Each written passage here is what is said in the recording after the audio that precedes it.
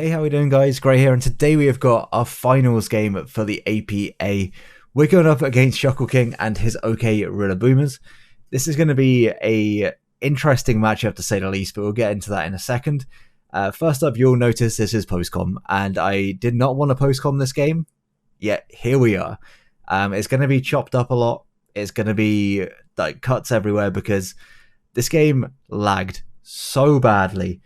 And it was horrible. It was genuinely like the worst thing that can happen, I think, in a finals game. There's one turn where literally it takes like 10 minutes to connect between turns. And we're just typing like, should we disconnect? It's kind of difficult to recreate. And so in the end, we kind of just stuck it out and we did get the battle done. We never disconnected. It just took absolutely ages to do some turns. So to not put you through that, because I gave up on commentary. I literally just gave up. I was like, I can try and keep chopping in now, but like once you kind of are out of it, you're out of it. So I thought postcom would be better. It goes through my thought process arguably a bit better as well. So yeah, that out of the way, make sure to check out ShuckleKing. He is a terrifying coach to face. Honestly, one of the best in Draft League. I was saying Wi-Fi, but honestly, I think in Showdown, he is considered one of the better ones as well. So yeah, make sure to go check him out. Really nice guy as well, like genuinely one of the nicest guys I've met in Draft League, so well worth going and checking him out. This matchup even was honestly quite terrifying because we both had Urshifu, both had single strike. Because of the way the APA works, like with the multiple drafts, it just so happened that the Broken Bear happened to make it to finals. Who'd have thought Broken Bear makes it on both teams? But we've had just an insane run. I don't know if I would have done a video before this. If there was, there was. If not, we went 11-0 to this point, and we were looking to make it 12-0. And to do that, we've got to be like I say, a fantastic coach with a terrifying team. His team, we had very little switch-ins for, and I think it was kind of the same for him. We both have very offensive teams. However, I think his Melmetal kind of put in so much work that was better than the rest of my offense. Toxtricity was very good here. Spectrier I thought was pretty decent as well. Of course, Spectrier versus an Urshifu is going to be tough. It basically allows it in for free. I do have a TAPU FINI, but TAPU FINI is like my check-all to everything on his team, effectively. So it might be a bit of a struggle to keep alive, especially because it's got to keep taking those hits. Other than that, didn't feel like any of my defensive pieces were worth bringing. So I've just gone hyper offense. It's got me this far and got to hope for the best. Got to try and make some good reads, some plays. And yeah, you'll see the sets as they come up. As we're going to get into this game, you're going to see that he also brings a pretty offensive team. I think he has like one defensive mon. I have one somewhat defensive mon myself. And yeah, then like 5 offensive mons. So it's not going to be necessarily a slow battle. We should get through this pretty quickly. But unfortunately, yeah, the live comm had to be scrapped because it was just absurd. This is a 48-minute video. I would say the battle is about 20 minutes. So yeah. Anyway, talking out of the way, let's get into this. Make sure to like and subscribe if you're enjoying the content. Forgot to say that. But yeah, let's get to the team preview. Okay, so you can see that he brought the Urshifu, of course, the Melmetal, of course. Necrozma, I was a little bit surprised to see, but I thought it was probably going to be some kind of like lead rocks variant. The Starmie, I was expecting. Big threat against my team, really kind of struggle with its speed tier. Dragonite, again, huge threat. If it sets up a Dragon Dance, there's a good chance that I just lose. And then there's Miltank that, annoyingly, hard walls my Spectrier, which is like my bring in against everything, effectively. So we are running the Chuffleberry on the Urshifu, the Choice Scarf on Toxtricity, Pasho Berry, Lycan Rock, trying to bait that Starmie because, like I say, the speed tier is annoying. I was hoping that maybe I could bait it. Crunch into a Cell Rock might do enough, depending on his investment. We have Tapu Fini, my defensive check to everything. Dragonite, Melmetal, Urshifu, to an extent Starmie, I guess to an extent even Miltank. Then we got Life Orb, Agility, Diggersby, and the classic Choice Specs, Spectrier, that has put in so much work for me this season. Going into this game, I think Toxtricity is our MVP with like 12-3, I want to say, but then you got Spectrier's got like 9 kills. and Urshifu I think only had like 3, because everyone preps for the Urshifu. They don't necessarily prep so much for the Spectrier or the Toxtricity. So yeah, we were able to get Toxtricity to our own MVP. So we're going to see that he leads off in the Crossmire, and like I said in team preview, I think this is just going to be Stealth Rock. So I lead off with FINI, and if he clicks Rocks, then I'm going to go for a free Calm Mind. Calm Mind is going to be my way of kind of breaking through this team. If it wasn't for the Miltank, I feel a little bit more confident, just because like Scold is there for the Melmetal to try and burn it. The Draining Kiss is there for the Urshifu, obviously. Hits a Dragonite. Double Dance kind of puts in work here, and I was just kind of curious whether or not this was going to have like any kind of setup. It could just be Meteor Beam, and I don't know if it outspeeds me or not. If it's just like a Rocks variant, it probably is going to be max speed. So I'm just going to go for the Calm Mind and hope for the best, which is always good in a finals game, is just to hope for the best. But that's just how it is in this matchup. So we see my opponent switches out, and he actually goes out into the Miltank, which was an interesting switch. I kind of expected him to want to keep this around for the Spectrier, but we clicked Calm Mind, which puts us already in a decent position. He may or may not have seen whether or not we're Misty Surge. We're actually not. We're Telepathy this week because we wanted the Skull Burns. Honestly, after Mox, I should have switched this out to Hydro Pump or maybe even Surf, because Hydro Pump was able to 2-hit KO Melmetal at +2, I believe, if it was Assault Vest, and Scold was relying on the burn to prevent the damage. So I think here I'm just going to go for the Scold, want to scout out what he wants to go for, and hope that we don't see like a Toxic on this first turn. But he does show that he outspeeds us, and this is a little bit of an issue. This is something that's going to come into effect for the rest of this kind of early game, is that we are not going to be able to outspeed this Miltank, and that's the biggest problem. That's a big hurdle we've got to try and overcome. But we do get the burn on the first Scold, which is huge. And we're going to see that does about 35-ish%, I want to say, 40 with the burn. So it looks like if I'm able to keep Calm Minding, then I'm going to be in a really good spot. But he does reveal the Toxic, which it sucks, but then he misses, which is huge. And we're able to get a Draining Kiss off. Scouting out that damage, again, that's looking like about 30%, maybe 25%, but we're able to get a lot of health back. And as long as he doesn't get the Toxic off for free, then we should be in a pretty good spot.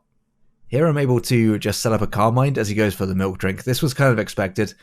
Once he gets that kind of low, I definitely didn't expect him to want to remain that low. Calm Mind does allow him to get the Toxic up on the next turn, but it also means that I'm able to potentially threaten him out, or at least 2-hit KO with Scold. But looking at the calcs, he looks like he may be like max Spadef, and if that's the case, I need to get to +3 to be able to 2-hit KO with Scold. I don't fully remember the calcs, but I think if it was like max Spadef, max HP, then yeah, +3 did around 50%. But he is going to get the Toxic off, and unfortunately this is going to hamper our longevity. I can keep clicking Calm Mind, which in hindsight probably was my play, to keep trying to do this so I can keep recovering with Draining Kiss. If I can get Draining Kiss to do over 50%, then it puts me in a much better spot. However, because he outspeeds, he is going to be able to try and stall me out. And I do believe that Draining Kiss doesn't have as much PP as Milk Drink. I honestly couldn't tell you. It's probably maybe 16 on Milk Drink. I haven't actually checked. But this is going to be a little bit of a stall war between Miltank and TAPU FINI, as he's going to try and damage me, and I'm just going to keep Draining Kissing all that health back. After a few turns, I decided that it's just not worth it. After taking enough poison damage on my TAPU FINI, it's still going to be tough for me to be able to break through this Miltank, and with poison damage plus Seismic Toss if I Calm Mind once, I don't think there's any chance of me being able to break it, because I would need to Calm Mind one more time to be doing over half of Draining Kiss, and at that point, the Toxic damage is racking up and doing more than my Draining Kiss recovery, or roughly the same. So with a Seismic Toss on top of that, it's going to be able to win the 1v1. The only way I'll be able to win that is if I'm just able to Draining Kiss crit, and that didn't seem like a particularly preferable endgame. So I decided to go out into Diggersby, and because I assumed that he's max Spadef at this point, which he actually was, spoilers, I was able to, Earthquake looked like it was having a good chance to knock it out. And here, is where I really wish that I had kept my original prep. I was double dance on this with Swords Dance, Agility, Earthquake, and Stone Edge. If I had stuck to that set, there's a good chance that Diggersby could potentially have swept. However, as we're going to see, ShuckleKing brings some fantastic tech, and our Diggersby is just narrowly going to miss out on the KO with this Earthquake. And as we're going to see, we outspeed, and this has less speed, and he's going for counter. When I outsped, I was like, okay, I fucked up. Because I knew that was going to be the counter, and I knew that Earthquake wasn't doing enough. However, this does mean that Miltank is now in range of, well, I say in range, it's so weak that he might not want to keep it, and Spectrier looking much better on the endgame. The only things that really scare it are Urshifu, which doesn't want to switch in, and potentially an Assault Vest Melmetal. The Dragonite can also be a problem for me, but I'm not so worried about that. I just go Toxtricity, however, and go for the Volt Switch. Perhaps if I had just gone for the Overdrive, that would be a better play. He didn't bring a ground type, so locking myself into Overdrive or even Boom Burst probably wouldn't have been too bad a play. However, Volt Switching means that I then need to bring something in, and if he goes into the Melmetal, that's going to be an issue, and you're going to see that. After what was like an eternity, or felt like an eternity just waiting for it, he is actually going to sack off his Miltank, which opens up my Spectrier. He could have kept it around just as a Shadow Ball switch in, but like I say, this is going to be where there's a bit of a problem, because I have literally nothing that takes a hit from Melmetal left on my team. Diggersby could have if it wasn't choice banded. However, like I say, there is nothing, and I do need to get the damage off, and I decide that my Lycanroc is probably going to be the most expendable mon. And like honestly, everything I bring in kind of brings in the Melmetal, so it was always going to be a tough situation. Maybe I could have gone into my Urshifu, but that would have maybe brought in Necrozma, and I didn't know the Necrozma's set at the time. Maybe that was preferable. I, at the time, felt like getting the damage off on Melmetal was better for me in the long term. However, it does mean that I have to sack off a mon, and that mon is going to be Lycanroc. So my opponent does bring out the Melmetal, and like I say, this is just going to be a sack. I don't have anything that wants to take the hit. I could try going out into my Toxtricity, but I decide in the end getting a close combat damage off and scouting to see the set is definitely worth it. We do a solid 50-55%, and we are going to die to a single double Iron Bash, a single Iron Bash, if you will, because yeah, this thing doesn't need much, and I'm at -1, I'm a Lycanroc, I'm fucking dead. After a little bit of thought, I decided I'm going to go out to my Urshifu. Again, I'm not sure about this play. Because he's at 50%, I feel like I have to go into this. And again, I think this is a misplay. I probably should have just gone for the bulk up here. Knowing that he most likely isn't going to stick around. He'll want to go into his Necrozma to take the close combat. I have to go for close combat. I should have just clicked bulk up. And that would put me in a really commanding position against this Necrozma. Because I know that it's not doing that much damage, and we actually get a crit. Believe it or not, we get a crit on the close combat, and that isn't the first crit. That's not the last crit even that we're going to get with close combat instead of Wicked Blow. So yeah, I stay in and I go for the bulk up, and this was a really bad play. I'm at -1 Spadef, which means that I'm really not going to take a hit particularly well. I didn't really think that through, and he does just go for the Heat Wave, and this Heat Wave is going to do so much damage. I don't have Drain Punch, so that's permanent, and he gets the burn, and the burn sucks, but honestly it was just a poor play on my own part that left myself in this position where I have now got a Urshifu that doesn't check anything, it doesn't do any damage to it. I've basically sacked my Urshifu, and now he's just going to play around with the Necrozma and the Urshifu just to try and slowly whittle down this Urshifu, which cannot really do any damage. It's at +1, but it's burned, so it's not a net gain. And yeah, we're going to just see he's going to go between the Urshifu and the Necrozma, and my Urshifu is going to have a real sad time. So the Urshifu comes in as I actually click Wicked Blow, and this is going to do, honestly, nothing. It might as well not click the button. That does 7%, I want to say. Big crit mad. Obviously, it's Wicked Blow. But yeah, we do no damage, and then I click Close Combat, which again, probably isn't the play. I'm a neutral defense, so at least at this point I can check to see whether or not he's choice banded. If you click Close Combat, I am dead. But I do not have a cleric. This Urshifu is honestly useless to me. I'm just going to keep it in and get information. If he close combats, it doesn't matter what set he is, but in fact he goes for the U-turn, which gives me some information that he is not choice banded, and at this point I believe he is choice scarf, which makes a lot of sense. It's probably the best set against my set. Shout out to Jorge. So Necrozma comes back in as I click close combat, and I'm honestly just getting played around, and I get another crit. I do get another crit there. That's kind of wild. This Urshifu, I think, only crits this move in this game, or very close to. So, yeah. I just go for the next close combat. I think he's probably just going to switch out again. It's a 50-50 whether he stays in and takes a Wicked Blow. Because at the range he's at, even though I'm burned at +1, I have a chance, I think, to knock this out, depending on his investment. And, yeah, if he decides to switch back out into Urshifu, I want to close combat it, because I need to get that damage for Toxtricity to be able to just spam Overdrive later. But unfortunately, I close combat and he just stays in, and he makes the right play. He just goes for the Morning Sun, which, no, goes for the Moonlight, not the Morning Sun. Close enough. But regardless, that was just always his play, because it turns out that he's Colbur. We're going to see it on his next turn, and he would have taken the Wicked Blow and just been able to recover back up.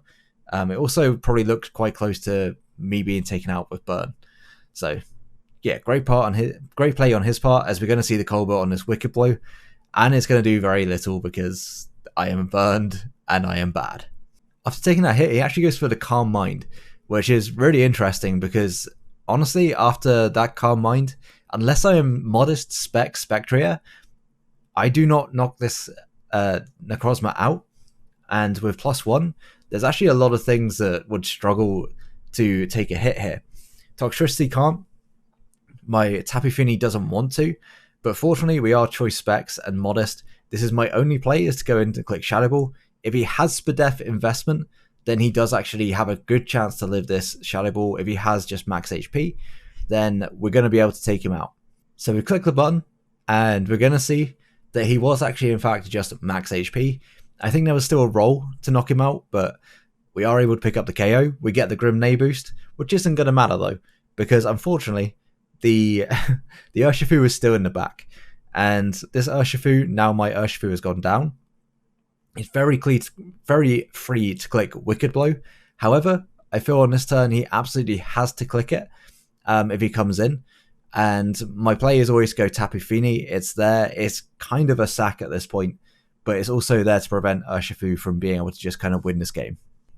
So after 6 minutes of waiting, the Urshifu comes in, and like I say, my play is just to go to Fini, because I do believe that he's just going to go for the Wicked Blow at this point. He just needs to knock out my Spectria. Spectria is arguably the most difficult mon for him to deal with at this point, because it will knock out the Starmie, it will knock out the Melmetal if it's not Assault Vest, and it will also be able to take a hit from the Dragonite, break multi-scale, and knock it out.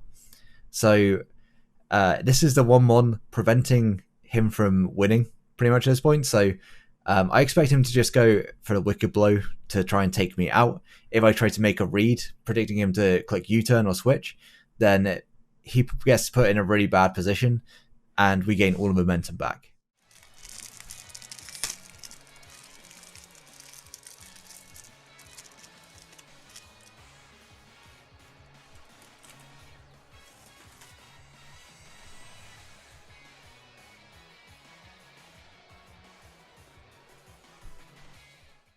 "11 minutes later, we finally get to bring out our Tapu Fini.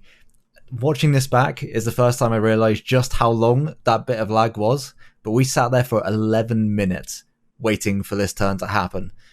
And yeah, we get the play right. He does go for the Wicked Blow. It's going to do very little to our Tapu Fini, and this does mean that we're able to either try and switch or click a button. Either way, it puts us in a pretty good position. I do believe that he doesn't want to stay in here. He has no reason to stay in when he is choice scarfed and locked into Wicked Blow against my Fini. Sacking his Urshifu loses him the game. So I'm going to double out into Toxtricity, expecting the Starmie to come in. However, in the end, he goes into the Melmetal, which at this point, I don't know if it's Assault Vest or not. So I am a bit worried. I am going to look at calcs and realize that if it's Assault Vest, then Overdrive is not going to be able to knock it out. And this is arguably the biggest misplay I made all game, was not just clicking Overdrive. If I click Overdrive, it puts me in a massively commanding position where it honestly could just be game. Instead, I'm just going to click the Volt switch and double out into my TAPU FINI eventually with like a few seconds. There we go. I was going to say, I click it eventually, I click the Volt switch, and we're going to see this actually does so much damage. Overdrive absolutely would have knocked this out. As it turns out, it was not necessarily SPDEF or HP invested, so yeah, really sucks. I should have just clicked Overdrive. It would have put me in a much better position. Unfortunately, now we're going to have to take this damage with FINI, and this will absolutely put us in range of Wicked Blow, and that's not good. That's not good for my end game, because the end game is now just a sack race. However, it does mean we get to click a button again. I'm just going to click Scold. I don't think he's going to keep this around at this point. Despite it being a sack race, my FINI is very quickly becoming a sack. And yeah, it's going to be very tough for me to make this back. So we are going to be able to get off the Scold. He does stay in, and we're going to pick off this Melmetal. TAPU FINI did pick up a kill, not the 6, as it looked like it may be able to do on turn 1, or at least like turn 4 when it was at +3. Unfortunately, this set wasn't able to really pop off, but at least it got a kill, and it's now 3v3. Granted, I'm very weakened, whilst his team is all at full health, barring Urshifu that took the most minuscule amount of chip that you've ever seen. He might as well be at full, but it's still very close. If I'm able to play this endgame correctly, then I might be able to pick up enough kills that I win the sack race. However, the Dragonite still having multi-scale is going to be a really difficult thing for me to push past, depending on his moveset. Speaking of, the Dragonite comes in, and now it puts me in a position where I've really got to think out this last play. If I sack off my FINI, I go to... I say I've got to think it through. Apparently, I did not think it through at all. If I sack off FINI, then it means that Urshifu gets to click a button. It gets to click Wicked Blow, which it kind of does now at this point anyway. But he goes for the Thunder Punch, and if I had switched out into my Spectria, there was a chance that I could have taken that hit. If I had gone into my Toxtricity, depending on his moveset, he may not have had Earthquake. There was a chance that he could also have put in the work. But as long as he has multi-scale, he doesn't lose to my Toxtricity. I got into Spectria because it's my best way of trying to pull this game back. If he goes into Urshifu, it's unfortunate, but I could also click Hyper Beam here and potentially just kill the Urshifu, which would certainly make Spectria better in the endgame, because I don't think he would be able to Oko in return. However, it would give free setup to this Dragonite should it be Dragon Dance. But he's actually going to sack off his Starmie. And this is kind of nice for my Toxtricity. Granted, Starmie really didn't do a whole lot against these last 2 mons that I had. We are going to blow that back. It absolutely did not take. Probably about 6 Starmies that just died to that Shadow Ball. We do get the Grim Nay boost. The only downside here is he has no reason to not click Wicked Blow. And if we had managed to preserve health on our TAPU FINI a bit better, not taking the Earthquake, then maybe we would have enough health to be able to take on this Urshifu still. We could have clicked Draining Kiss and been in a much better position, because FINI could 1v1 the Dragonite potentially. It also would have meant that I had more mons to sack, but unfortunately I've got to just sack my Spectria to Wicked Blow. To try and win this game, I've now got to hope that he doesn't have Earthquake, that potentially he doesn't have... I got to try and crit through multi-scale, effectively. And even then, it doesn't kill. I don't know what I've got to try and hope for. Maybe he clicks the wrong button. I don't know. But we're going to take this Wicked Blow. We're actually taking it, I say, well as you would expect a Toxtricity to take the Wicked Blow. Go for the Boom Burst. This always knocks out Urshifu, unless he was like SPDEF invested, but I don't see any reason why he would be. And he wasn't. And unfortunately, we are going to end up losing this game to Dragonite. We have 1-1 left. 1v1. This is not a 1v1 I win. I thought if he had Extreme Speed, it was kind of done. But as it turns out, he's going to show after, I think, a little bit more lag. He had no reason to not click this button. That he actually is packing the Aqua Jet, and that is going to knock us out. And yeah, there we go. There's the Aqua Jet. Going to go for the Aqua Jet and knock us out. And unfortunately, we are going to lose APA Finals, 1-0 to ShuckleKing. But what a season we had. Honestly, I was a little bit gutted, as to be expected, from losing in a finals game. But ShuckleKing is an exceptionally good player. And losing to him is absolutely like... There's no hardship in losing to somebody as good as ShuckleKing. So I will take this 1-0 loss. Our one loss of the season that should have happened during the regular season was against ShuckleKing, because sorry, I'm looking at my screen because Ellie walked in not realizing that I was recording at the time. But yeah, the one game we should have lost regular season was against ShuckleKing with that team. It seems kind of fitting that we ended up losing to him, but it was a tough game. And there were so many plays that I could have done better if I just kept clicking Calm Mind with TAPU FINI at the start. If I got myself to +4 and knew I could 2 a KO, then maybe I could have stalled out the Toxic with the Draining Kisses. And after that, there's a chance that if I was at enough health, FINI could have just kind of done enough. But at the same time, he had a Melmetal in the back. Dragonite could have clicked Thunder Punch. Urshifu could have clicked Poison Jab, but it didn't actually end up having it. There was a few things that could have happened, but honestly, losing it, like setting up with FINI so early, was what I did in singular mock, in the mocks, and it kind of worked out for me. Kind of didn't. It depended on the mock and what team I was brought against me. But also, if I just clicked a button with Toxtricity earlier, if I got into Spectre Air earlier, trying to force Urshifu to take more damage earlier, I would have probably been in a better position. I think I played the endgame relatively well, but at the end of the day, ShuckleKing was just a better coach. He was just a better player on the day, better prep, and in the end, he deserved to win. And straight up, he deserved to win regular season. He deserved to win this game. So I'm not going to take like anything away. The Heat Wave hacks, that was on me. Like, I should not have stayed in. I shouldn't have allowed the Heat Wave to do that much. I shouldn't have allowed the burn to happen. So I have nobody else to blame other than myself. But, you know, at the end of the day, we learn from these. We go again, we get better. And making it to finals in a league such as APA, especially with the run we had, which was kind of nutty, I will absolutely take it. I have loved this season. I've really enjoyed this last team. I enjoyed the second team. The first team was a bit meh, but at the same time, I didn't draft it. I just took over for like one game with it. But we still were able to pick up a win, so it couldn't have been too bad. Please do leave a like if you're enjoying the... Please do leave a like if you're enjoying the content. Also, if you enjoy Toffee, you're right there, buddy. You're a good boy. Yeah, you're a good boy. Yeah, you get down, please, bud. Thank you. Yeah, leave a like for Toffee. Subscribe so you don't miss out on future content.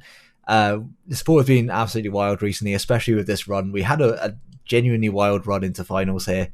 We're looking to push on in PAC and UVBA. Hopefully we can carry this momentum forward. We keep losing to ShuckleKing, but that's, you know, it is what it is. Everyone loses to him at some point. But yeah, I'm going to get out your hair. Until the next one, have a great day, guys.